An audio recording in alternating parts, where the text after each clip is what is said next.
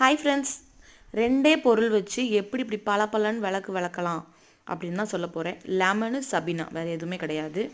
பாருங்கள், நான் விளக்கு தேய்க்கிறேன். எவ்வளோ பிசு பிசுன்னு இருக்குது பாருங்கள். ஃபஸ்ட்டு இதை நான் விளக்கி முடித்ததுமே விளக்கு பளபளன்னு இருக்கும். பாருங்கள், நான் ஒரு நார் கூட யூஸ் பண்ண மாட்டேன், வெறும் கை வச்சு மட்டும்தான் தேய்ப்பேன்.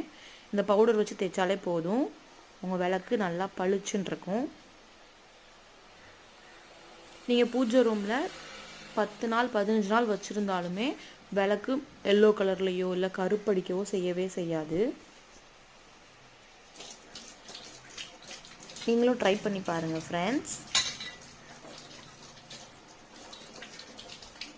பாருங்கள், லைட்டாக தான் தேய்ச்சேன், அவ்வளோ ப்ரெஸ் பண்ணியும் தேய்க்கலை. விளக்கு பாருங்கள் எவ்வளோ பளபளன்னு இருக்குதுன்னு. ட்ரை பண்ணி பார்த்து சொல்லுங்கள். பாய்.